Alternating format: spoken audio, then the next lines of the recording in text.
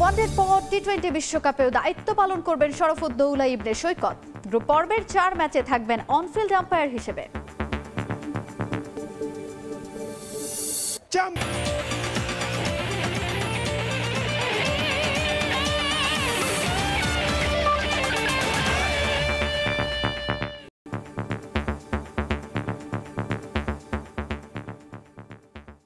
দেখছিলেন শিরোনাম, এবারে বিস্তারিত। ক্রিকেটের খবর। জাতীয় দল পারফরমেন্সের জায়গা এখানে পিচ নিয়ে অজুহাত গ্রহণযোগ্য নয়। যুক্তরাষ্ট্রের কাছে হারের পর অধিনায়ক নাজমুল হোসেন শান্তর করা মন্তব্যের প্রেক্ষিতে এমন পাল্টা জবাব দিয়েছেন বিসিবির পরিচালক ও সাবেক অধিনায়ক নাইমুর রহমান দুর্জয়। জিম্বাবুয়ে সিরিজের পিচ দলের চাওয়াতে হয়েছিল বলেও জানান তিনি। আর বিশ্বকাপের আগে দলের এমন পারফরমেন্সকে প্রধান নির্বাচক গাজী আশরাফ লিপু আখ্যায়িত করেছেন হতাশাজনক হিসেবে। জাতীয় দলের নেতৃত্বের ব্যাটন নিয়ে চলছে মিউজিক্যাল চেয়ার কম্পিটিশন। ভাগ্যক্রমে কিংবা বিকল্পের অভাবে 3 ফরম্যাটের ক্যাপ্টেন্সি এখন নাজমুল হোসেন শান্তর হাতে। সম্ভাবনা আছে ধারাবাহিকতার অভাবও। মিরাজ, লিটন কিংবা শান্তকে তাই আলাদা করার সুযোগ কম। অধিনায়কত্বের ভারটা কোনোভাবেই আর নিতে পারছেন না 26 বছর বয়সী এই ক্রিকেটার। একে তো নিজের ব্যাটে রান নেই, এর ওপর দলের টানা ব্যর্থতা। সব মিলিয়ে মুদ্রার উল্টো পিঠ খুব কাছ থেকে দেখছেন নাজমুল শান্ত।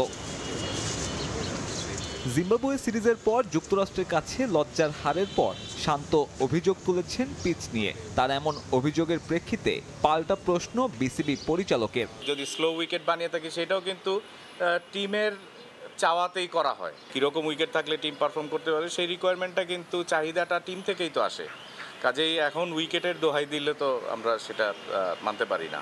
যে কোনো হারের পর নানান অজুহাত আর আক্ষেপ নিত্যদিনের ব্যাপার দেশের ক্রিকেটে। জাতীয় দলের নতুন অধিনায়ককে তাই মাঠে পারফর্ম করার পরামর্শ নাইমুর রহমান দুর্জয়ের। টিমটা তো পারফর্ম করার জায়গা, সেইখানে আমি উইকেটের দোহাই দিয়ে এগুলি এক্সকিউজ কিন্তু আসলে গ্রহণযোগ্য না।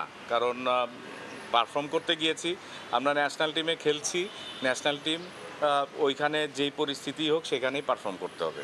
এদিকে টাইগারদের এমন ভয়াবহ পারফরমেন্সের পর গণমাধ্যম এড়িয়ে যাওয়ার চেষ্টা করেছিলেন প্রধান নির্বাচক। সেটা না পারলেও দল নিয়ে নিজের দুশ্চিন্তা আড়াল করেননি।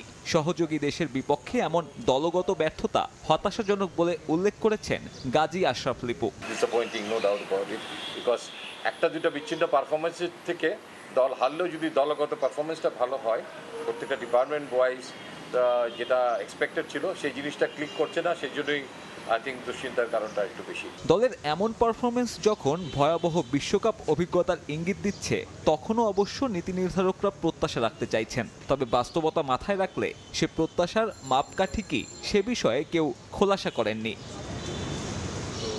সাব্বির মিথুন, সময় সংবাদ, ঢাকা।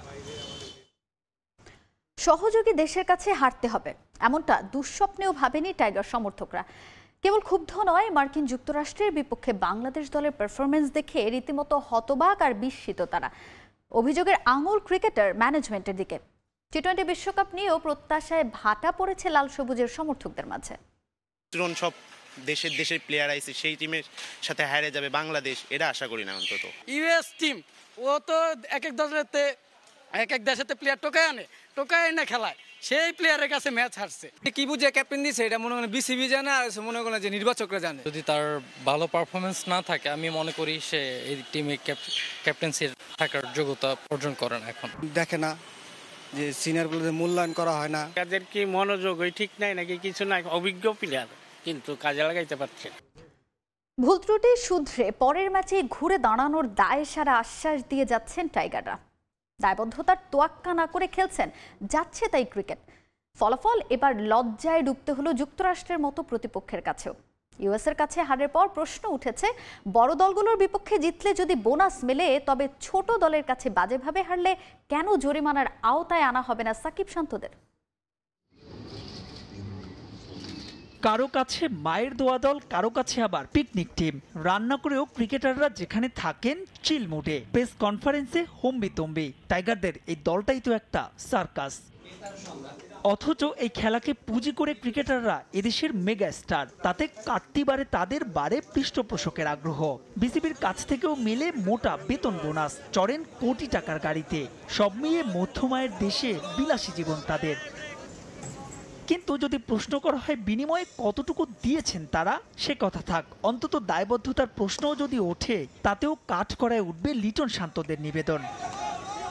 বিষয়টি এমন নয় ক্রিকেটে আনারই যুক্তরাষ্ট্রের বিপক্ষে অমন লজ্জাজনক হারের পরে প্রশ্নগুলো উঠেছে। দীর্ঘদিন ধরেই এমন প্রশ্ন ঘুরপাক খাচ্ছে এদেশের কোটি ক্রিকেট ভক্তের মনে। যুক্তরাষ্ট্রের বিপক্ষে এমন হারের পর সে আলোচনা পায় ভিন্ন মাত্রা। সামাজিক যোগাযোগ মাধ্যমে ক্ষোভ ঝাড়েন নেটিজেনরা, তাতে যোগ দেন খোদ বিসিবি নির্বাচকও। একথা অস্বীকার করার উপায় নেই, ক্রিকেট এদেশের মানুষের রঞ্চে মিশে আছে। ক্রিকেট মানেই আবেগ, শর্তহীন ভালোবাসা। তবে প্রতিদান হয় বলেই তো ভালোবাসা এতটা শক্তিশালী। তাই তো সাম্প্রতিক সময়ের সিরিজগুলোতে ফাঁকা গ্যালারি দেখে মনেই হয় হয়তো টান পড়েছে সে আবেগে। পেশাদারিত্বকে বৃদ্ধাঙ্গুলি দেখিয়ে এদেশে যা ইচ্ছে তাই করেন সিনিয়র ক্রিকেটাররা। পর্যায়ক্রমে সিনিয়রদের কাছ থেকে ঔদ্ধত্য শিখছেন অনুজরা। বিশ্বকাপ চলাকালীন দেশে চলে আসা, সিরিজ চলাকালীন শোরুম উদ্বোধন, নিয়ম নীতির তোয়াক্কা না করা, এসব হচ্ছে হরহামেশাই। অথচ একটা বড় ম্যাচ জিতলে দাবি ওঠে বোনাসের। বিসিবি সেই দাবিও মেনে নেয় কদাচিৎ। তাহলে স্বাভাবিকভাবেই প্রশ্ন ওঠে, জিতলে যদি বোনাস মেলে তবে হারলে কেন নয় জরিমানা? মাহবুব রিমন, সময় সংবাদ। এদিকে সিরিজ বাঁচানোর মিশনে কাল দ্বিতীয় টি-20তে মাঠে নামবে বাংলাদেশ। প্রথম ম্যাচে হেরে ব্যাকফুটে টাইগাররা, সঙ্গে টপ অর্ডার ব্যাটারদের ফর্মহীনতাও ভোগাচ্ছে টিম ম্যানেজমেন্টকে। দ্বিতীয় ম্যাচে যে কোনো মূল্যে জয় চায় শান্ত বাহিনী। পরীক্ষা নিরীক্ষার সিরিজ হলেও এ ম্যাচে অপরিবর্তিত একাদশ নিয়ে মাঠে নামতে পারে বাংলাদেশ। অন্যদিকে এ ম্যাচ জিতেই সিরিজ নিজেদের করে নিতে চায় স্টুয়ার্ট ল বাহিনী। হিউস্টনের প্রেভিউ ক্রিকেট কমপ্লেক্সে ম্যাচ শুরু হবে রাত 9টায়। প্রথম ম্যাচে এক ডিপার্টমেন্টেও যুক্তরাষ্ট্রকে মাত দিতে পারেনি শান্তর দল। প্রেরিভিউর উইকেটে শুরুতে ব্যাট করাটা কঠিন হলেও যত সময় গিয়েছে ব্যাটাররাই সুবিধা পেয়েছেন এখানে। কিন্তু বাংলাদেশের ব্যাটাররা ছিলেন নিজেদের ছায়া হয়ে। এক রিয়াদ ছাড়া টি-20র খোরাক মেটাতে পারেননি কেউ। হৃদয়ের 50 ব্যক্তিগত আত্মবিশ্বাস বাড়ালেও দলের জন্য কাজে লাগেনি একটুও। বোলাররা ছিলেন আরও এক কাঠি সরেশ। শরীফুল, সাকিব, মেহেদিরা চেষ্টা করলেও মুস্তাফিজের নিবেদন নিয়ে প্রশ্ন তুলেছেন সবাই। আলোচনা আছে শান্তর অধিনায়কত্ব নিয়েও। তবে সব সমালোচনা দূরে সরিয়ে আরও একবার ঘুরে দাঁড়াতে চায় বাংলাদেশ। বিশ্বকাপের আগে আর পচা শামুকে পা কাটতে চান না শান্ত। শেষ 2 ম্যাচ জিতে এখন সিরিজ ঘরে তুলতে চান তারা। অনূর্ধ্ব 19 বিশ্বকাপ জয় নিজের ক্যারিয়ারের সেরা অর্জন হিসেবে দেখেন তানজিদ হাসান তামিম। আসন্ন টি-20 বিশ্বকাপে দিতে চান সামর্থ্যের সেরাটা। বাবা মা চেয়েছিলেন ছেলে চিকিৎসক কিংবা ইঞ্জিনিয়ার হবেন, কিন্তু তানজিদ হাসান তামিমের স্বপ্ন ছিল ক্রিকেটার হওয়ার। স্বপ্ন পূরণে সফল তামিম এখন পরিবারের সমর্থনে এগিয়ে যেতে চান। জানালেন তামিম ইকবালের নাম দেখে নয়, বরং দাদির ইচ্ছা মতো তার নাম তানজিদ হাসান তামিম রাখা হয়েছে। তামিম ইকবাল ও তানজিদ তামিম 2023 বিশ্বকাপে তামিম ইকবালের হঠাৎ স্কোয়াড থেকে বাদ পড়ায় কপাল খোলে তানজিদ তামিমের। তামিম ইকবাল ও তানজিদ তামিম বাংলাদেশ দলে অনেক সময় দুজনের নাম নিয়ে তালগোল পাকিয়ে ফেলেন সমর্থকরা। বেশিরভাগ সমর্থকেরই ধারণা হয়তো সিনিয়র তামিমের নাম থেকেই অনুপ্রাণিত হয়ে এই নাম রেখেছে জুনিয়র তামিমের পরিবার। তবে বিশ্বকাপের আগে সমর্থকদের সে ভুল ভেঙে দিলেন তানজিদ হাসান তামিম। জানালেন তার নামের রহস্য। 22 গজের পাশাপাশি পড়াশোনায়ও বেশ ভালো বগুড়ার এই ক্রিকেটার। ক্রিকেট খেলার অনুমতি পেতেই নাকি পড়াশোনায় বেশি মনোযোগী হয়েছিলেন তামিম। আমার বাবা মা দুইজনই আমার জন্য অনেক প্রাউড ফিল করে। এটা আমার দাদি আর দাদা মিলে এই নামটা দিয়েছে। আসলে তখন তারা এই জিনিসটা ভেবে দেয়। তো আম্মু আমাকে বলতো স্কুল থেকে আসার পরে যদি আমি স্যারদের পড়াটা কমপ্লিট করতে পারি তাহলে আমাকে বিকালে খেলার সুযোগটা দিবে। তো এভাবে আর কি। আর আম্মু আমাকে একটা কথাই বলতো যে যদি আমি পরীক্ষায় ভালো রেজাল্ট করতে পারি তাইলে আমাকে একাডেমিতে ভর্তি করে দিবে, অথবা ক্রিকেট ব্যাট অথবা বল কিনে দিবে। 2020 সালে দেশের ক্রিকেট ইতিহাসের সবচেয়ে বড় সাফল্য অনূর্ধ্ব 19 বিশ্বকাপ জয়ী দলের গর্বিত সদস্য তানজিদ। বিশ্বকাপ জয়কে ক্যারিয়ারের সেরা অর্জন হিসেবে দেখেন তামিম। আর যখন আমরা আন্ডার-19 ওয়ার্ল্ড কাপ জিতি সবার একটা বিশ্বাস ছিল যে আমরা ভালো কিছু করব। তো ইনশাল্লাহ আমরা সেটা করতে পারছি। আর সবাই আসলে জিনিসটা নিয়ে প্রাউড ফিল করে। তো ওইটা জেতার একটা অন্যরকম ফিলিংস আছে। তো আমার কাছে মনে হয় যে ওয়ার্ল্ড কাপ জেতাটা সব থেকে বেশি করবে। ওয়ার্ল্ড কাপ খেলাটা এটা হচ্ছে একটা লাকের ব্যাপার। আমি অনেক লাকি ছিলাম যে ওয়ার্ল্ড কাপ খেলতে পারছি। আর আমি একটা জিনিস বিশ্বাস করি যে হয়তোবা আমি নিচে পারফরমেন্স ভালো করতে পারি না, দেশকে ভালো কিছু দিতে পারি নাই, বাট যে জিনিসটা হয়তো বা আমি 2 বছর পরে শিখতাম সেই জিনিসটা হয়তো বা আমি 2 বছর আগে ওয়ার্ল্ড কাপ খেলার মাধ্যমে অনেক কিছু শিখছি। আন্তর্জাতিক টি-20তে এখন পর্যন্ত 5টি ম্যাচ খেলেছেন তামিম। বিপিএলে দুর্দান্ত পারফরমেন্সের সুবাদে সবশেষ জিম্বাবুয়ের বিপক্ষে হোম সিরিজের সুযোগ পান টি-20 দলে। টাইগারদের ওপেনিংয়ে হয়ে উঠতে চান নির্ভরতার প্রতীক। যুক্তরাষ্ট্রে আসন্ন টি-20 বিশ্বকাপে নিজের সামর্থ্যের সেরাটা দিতে চান তানজিদ তামিম। টি-20 ওয়ার্ল্ড কাপের কথা যেটা বলবো যে আমি আপনাকে এর আগেও যেটা বলছি যে ওয়ার্ল্ড কাপ খেলা সবসময় একটা লাকের বিষয়। তো আমি সেদিক থেকে আমি অবশ্যই লাকি, আলহামদুলিল্লাহ। তো চেষ্টা করবো নিজের সর্বোচ্চটা দিয়ে টিমকে বেশ কিছু দেয়ার। 8 জুন শ্রীলঙ্কার বিপক্ষে ম্যাচ দিয়ে বিশ্বকাপ অভিযান শুরু হবে বাংলাদেশের। পারভিন আক্তার, সময় সংবাদ। প্রথম বাংলাদেশি হিসেবে ওয়ানডের পর এবার টি-20 বিশ্বকাপে আম্পায়ারের দায়িত্ব পালন করবেন শরফুদ্দৌলা ইবনে শহীদ সৈকত। বিশ্বকাপের উদ্বোধনী সহ 4টি ম্যাচে অনফিল্ড আম্পায়ার হিসেবে দেখা যাবে 47 বছর বয়সী আম্পায়ারকে। এছাড়াও 2টি করে ম্যাচে চতুর্থ ও টিভি আম্পায়ারের দায়িত্ব পালন করবেন তিনি। এবারের বিশ্বকাপে প্রথম ও ক্যারিয়ারের 50তম টি-20 ম্যাচে আম্পায়ারিংকে আনন্দের চেয়েও বেশি চ্যালেঞ্জিং মনে করেন সৈকত। বিশ্ব আসরেই দিতে চান নিজের সেরাটা। সব প্রথমই আনন্দের। প্রথম শুরুটা বেশ চ্যালেঞ্জিংও বটে।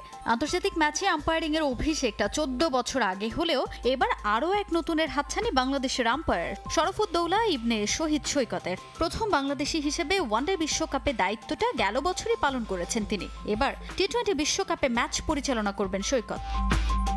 ওয়ানডে ও নারী বিশ্বকাপের পর এবার পুরুষদের টি-20 বিশ্বকাপে আম্পায়ার হিসেবে দেখা যাবে 47 বছর বয়সী বাংলাদেশিকে। এবারের বিশ্বকাপে উদ্বোধনী সহ 4টি ম্যাচে অনফিল্ড, ভারত পাকিস্তান ম্যাচ সহ 2টিতে চতুর্থ ও 2 ম্যাচে টিভি আম্পায়ারের দায়িত্ব পালন করবেন সৈকত। ক্রিকেটের সংক্ষিপ্ত ফরম্যাটের বিশ্বকাপে প্রথম আর ক্যারিয়ারের 50তম টি-20 ম্যাচে দায়িত্ব পালনের হাতছানি সৈকতের সামনে। এবারের শুরুটাকে আনন্দের চেয়ে বেশি চ্যালেঞ্জিং মানছেন এই আম্পায়ার। চ্যালেঞ্জ তো নিশ্চয়ই আছে। 50 ওভার্স ওয়ার্ল্ড কাপে যেটা বড় ওয়ার্ল্ড কাপ বলি আমি, ওইটা করার পরে কিন্তু টি-20 ওয়ার্ল্ড কাপটা করছি আর কি। তো প্রায় 15 বছর আমার international career. It is interesting যে আমি এত বছর পরে আমার এটা প্রথম। হ্যাঁ, এটা হয়তো আগেও হতে পারতো, তারপরেও যখন বেটার লেট দেন নেভার। তো ভালো একটা ফিলিংস আছে যে প্রথম সব কিছুর প্রথম হয় একটা আনন্দের বিষয় আর কি। It's just a number actually. তারপর বলি একটা আসলে একটা মাইল ফলক, যখন খুব বড় মাইল ফলক না, তারপরেও যখন নাম্বারস দেখতে ভালো লাগে, 50 নট আউট শুনতে ভালো লাগবে, দ্যাটস ইট।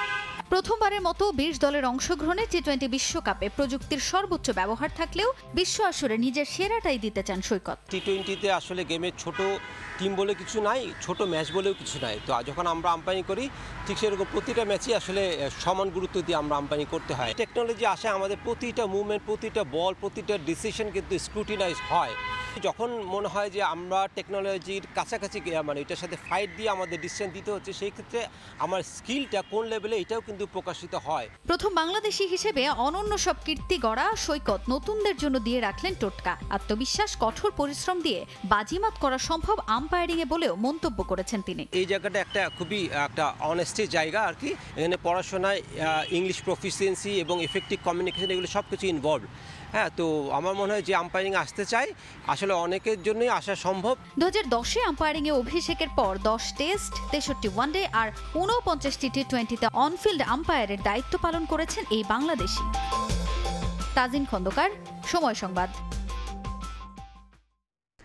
গণমাধ্যমের সঙ্গে ক্রিকেটারদের যোগাযোগ দক্ষতা ও আইসিসির দুর্নীতি বিরোধী আইন প্রশিক্ষণ দিয়ে শেষ হলো এইচপি ক্যাম্পের দ্বিতীয় দিন। এছাড়া ইংলিশ ভাষা দক্ষতা নিয়েও ক্রিকেটারদের নিয়ে কাজ করা হয় এদিন। বুধবার মিরপুরে এইচপি ক্যাম্পের ক্রিকেটারদের সঙ্গে সাক্ষাৎ করেন জাতীয় দলের নির্বাচক প্যানেলের 3 সদস্য। এবার হাই পারফরম্যান্স ইউনিট নিয়ে ব্যতিক্রম আয়োজনের ভাবনা বিসিবির। জুলাইয়ের শেষের দিকে পাকিস্তান ও অস্ট্রেলিয়ার বিগ ব্যাশের কয়েকটি ফ্র্যাঞ্চাইজি নিয়ে টুর্নামেন্ট আয়োজনের কথা চলছে। সেই সঙ্গে এইচপি হেড কোচ নিয়েও খুব শিগগিরই সুখবর পাওয়া যাবে বলে জানান হাই পারফরম্যান্স ইউনিটের চেয়ারম্যান নাইমুর রহমান দুর্জয়।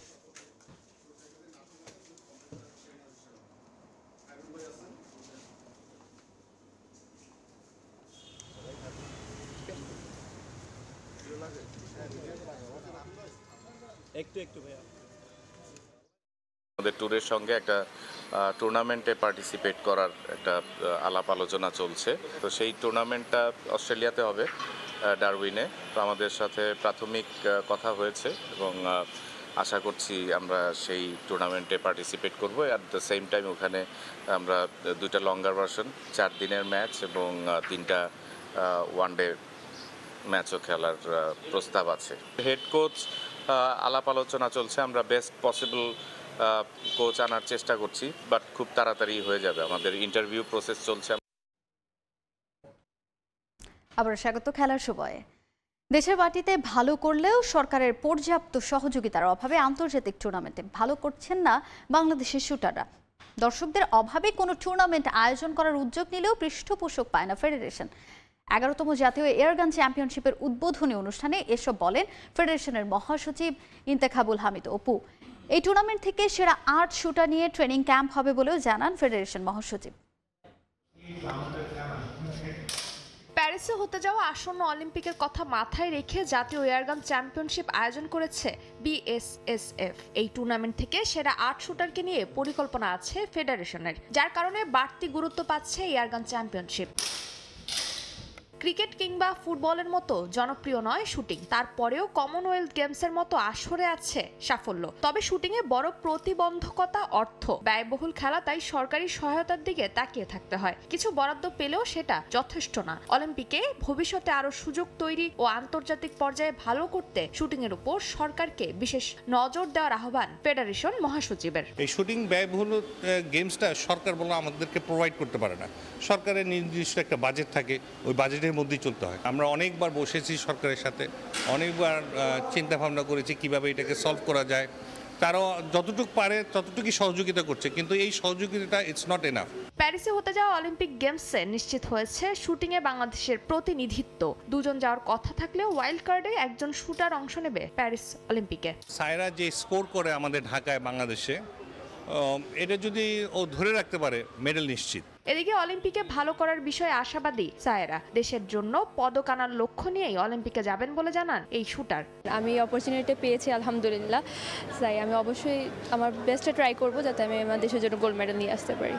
সেক্রেটারি স্যার জিনিসটা কনফার্ম করেছেন, ভালোই লাগছে অবশ্যই।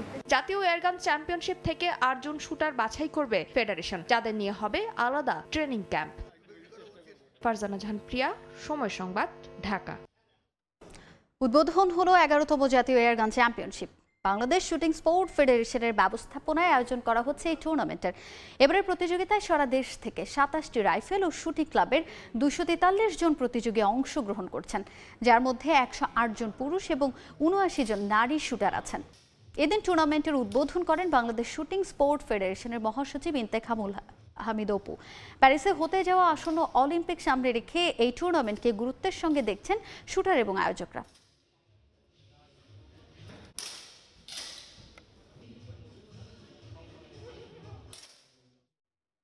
আবারও স্বাগত খেলার সময়ে।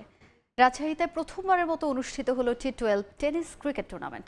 জেলার 24টি দল অংশ নেয় এবারের আসরে। প্রখ্যাত ধারাভাষ্যকার খোদা বক্স মৃধার স্মরণে রাজশাহী মেডিকেল কলেজ হোস্টেল মাঠে অনুষ্ঠিত হয় টুর্নামেন্টের ফাইনাল খেলা। আলী স্মৃতি দলের বিপক্ষে 53 রানের ব্যবধানে জয় তুলে নেয় স্বচ্ছ একাদশ। গেল 10 মে শুরু হয় এই টুর্নামেন্ট। তরুণ প্রজন্মকে খেলাধুলার প্রতি আগ্রহী করতে ও মাদক থেকে দূরে রাখতে এ আয়োজন বলে জানান আয়োজকরা। আগামীতেও এই আয়োজন অব্যাহত রাখার পরিকল্পনা তাদের। এই টেনিস বল টুর্নামেন্টকে আমরা সবাই পপুলার করতে চাই। টেনিস বল খেলতে না স্পাইকস লাগে, না দামি ব্যাট লাগে, না দামি হেলমেট লাগে, কিছুই লাগে না। তো সে যে কোনো গ্রামের ছেলেও কিন্তু একটা বড় ধরনের আর্ন করতে পারে। সবাইকে মাঠমুখী করার জন্য যে উদ্যোগ এবং যে টুর্নামেন্টগুলো ধারাবাহিকভাবে পরিচালনা করছে, এটা আসলে প্রশাসনের পক্ষ থেকে আমরা সাধুবাদ জানাই এবং প্রশাসনের পক্ষ থেকে তাকে আমরা আশ্বস্ত করেছি যে আমরা সার্বিক সহযোগিতা করব। এই ছিল খেলার সময়ের এখনকার আয়োজনে। এরপর প্রবাসের সময় আপনাদের সঙ্গে থাকবেন সহকর্মী ইমদাদুল হক। তাজিন, আপনাকে ধন্যবাদ। প্রবাসের সময় নিয়ে ফিরছি কিছুক্ষণ পর, সঙ্গে থাকুন সময়ের।